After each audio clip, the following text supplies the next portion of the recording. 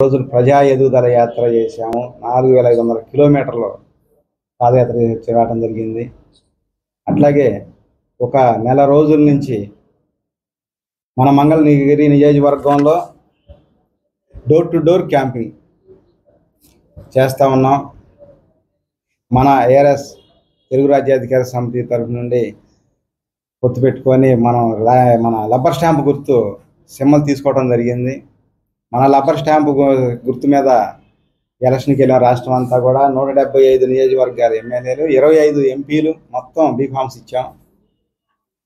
తర్వాత కొంతమంది ఏదో మేనేజ్ చేసి ఆపారని, కొద్ది బెదిరించి ఆపారని తెలిసింది. సరే, ఏదేమైనా ఉన్న సీట్ల వరకు ఎవరికి ఎన్ని వచ్చినా మన ఏఆర్ఎస్ ఆంధ్ర సమితి పార్టీ మన జేకేఆర్ గవర్నమెంట్ ఫామ్ చేస్తామని చెప్పి ఖచ్చితంగా చెప్పడం జరుగుతూ ఉంది. ప్రజలు కూడా స్పందన బాగా ఉంది. ఈ పార్టీ కానీ, మీ సిద్ధాంతాలు కానీ, మీ మేనిఫెస్టో, విధి విధానాలు అన్నీ కూడా బాగున్నాయి. మేము ఓటేయడానికి సిద్ధంగా ఉన్నాం. ఇక్కడ డోర్ టు డోర్ క్యాంపింగ్ చేయటం కానీ, కొంతమంది పదవులు ఇస్తామనో డబ్బులు ఇస్తామనో అడగకుండా ఉండరు, అడిగే ఉంటారు. కానీ అయినా కూడా మీరు నిలబడి మాట కోసం పనిచేస్తున్నారంటే మీరు ఎదురులేని మనిషి. ఇలాంటి నాయకుడు మనకు అవసరం.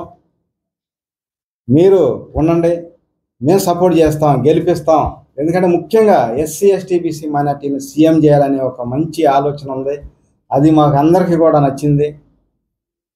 మేనిఫెస్టో ప్రతి రేషన్ కార్డుదారుని సొంత భూమి రైతం చేసి దానిలో శ్రీగంధ చందం లాంటి మొక్కలు నాటించి 10 సంవత్సరాలు 10 కోట్ల ఆస్తి పనులు చేయటం కానీ, అట్లాగే రాష్ట్ర రాజధానిలో రాష్ట్ర ప్రజలందరికీ ఆస్తి కొనిపెట్టి రాజధాని డెవలప్ చేయటం అంటే ఈ లేరని చెప్పి అనుకున్నాం. తర్వాత మీరు గుంటూరు, మంగళగిరి, తాడేపల్లి, విజయవాడ గ్రేటర్ అమరావతి చేసి చుట్టూ ఒక 1/2 కిలోమీటర్ ఇన్నర్ రింగ్ రోడ్డుకి భూసేకరణ చేసి అటు 2 లైన్లు ఇటు 2 లైన్లు వేసి రోడ్లు మధ్యలో మొత్తం 5 గజాల ప్లాట్లు వేసి ఈ రాష్ట్రంలో ఎన్ని లక్షల డోక్రా గ్రూపులు ఉంటే అన్ని లక్షల ప్లాట్లు ఇస్తా ఉన్నారు.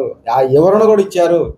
వీటం వలన మాకు చేయగలిగే సమర్థుడు మనసు చేసి బాధేసి కడుపు రగిలిపోయి ఈ పార్టీ స్థాపించే ప్రజల కోసం. ప్రజలే ముఖ్యమంత్రి కావాలి, ప్రజలే కోటీశ్వరులు కావాలి. ఔటర్ రింగ్ రోడ్లు, హైటెక్ సిటీలు ప్రకటించుకొని ఉండడం బాగుపడతానికి కాదు. ఇన్నర్ రింగ్ రోడ్లు తీసి ఇన్నర్ రింగ్ రోడ్లు ఏమైనా ప్లాట్లు ఇచ్చి ప్రజల్ని ఆర్థికంగా డెవలప్ చేయాలి. సొంత భూమి రైతు చేసి ప్రతి రేషన్ కార్డు దానిలో డెవలప్ చేసి 10 కోట్ల ఆస్తి పనులు చేయాలి. రాష్ట్ర రాజధానిలో రాష్ట్ర ప్రజలందరికీ ఆస్తి కొనిపెట్టి డెవలప్ చేయడం అంటే ఇంతవరకు ఈ రాష్ట్రంలో కాదు, ఈ దేశంలో కాదు, ప్రపంచంలో ఎక్కడా లేదు. అలాంటి మహోన్నత జరగాలని చెప్పి ఆలోచనతో మనం చేయడం జరిగింది.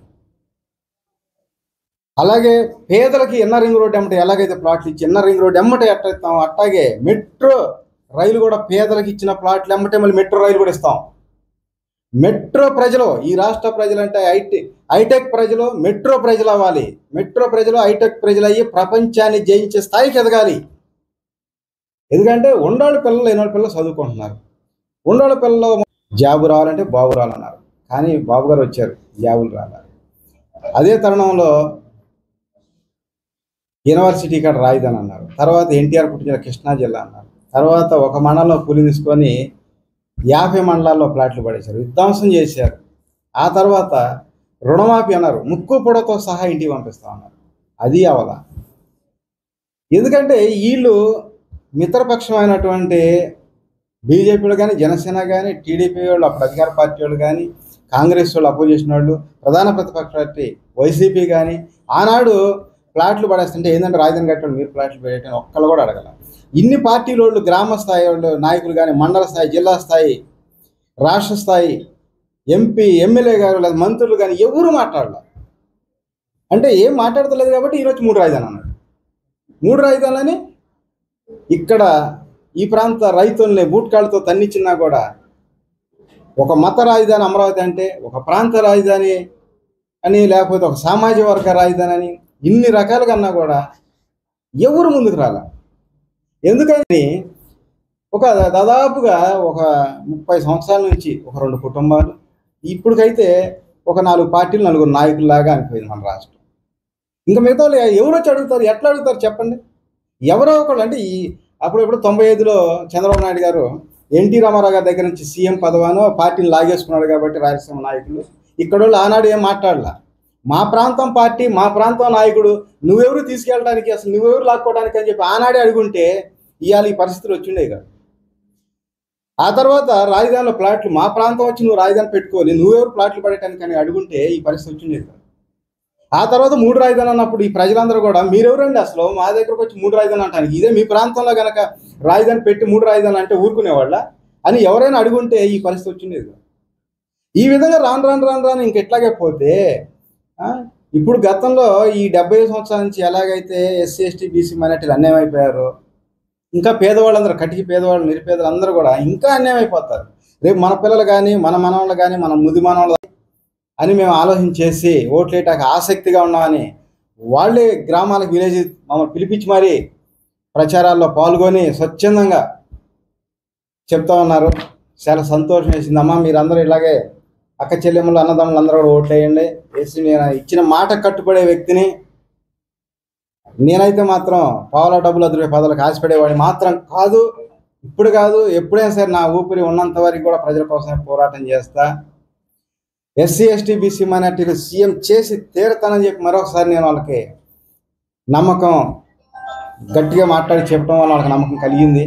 చేస్తా ఉన్నారు. ఓట్లు అయితే ఏటా సిద్ధంగా ఉన్నారు. మీ సిద్ధాంతాలు, విద్యా వైద్యం ఫ్రీగా ఇవ్వటం అన్నీ కూడా దాంట్లో మీరు ఇచ్చిన మేనిఫెస్టోలో 11 సిద్ధాంతాలు కూడా అద్భుతంగా ఉన్నాయి. ఇవన్నీ చేస్తే ఈ రాష్ట్రంలో ప్రజలు ప్రపంచంగా ఆంధ్రప్రదేశ్ ప్రజలంటే ప్రపంచ స్థాయికి ఎదిగేలాగా ఉన్నారు. మీరు చెప్పే సిద్ధాంతాలు బాగున్నాయి, అందుకని చెప్పి ఎదిగేలాగా మీరు చేస్తారు, మాకు నమ్మకం మీ మీద, మేము ఓట్లు వేస్తామని చెప్పి చెప్పడం జరిగింది ప్రజలు కూడా. అందుకని మేము ఇట్లా చేసాం.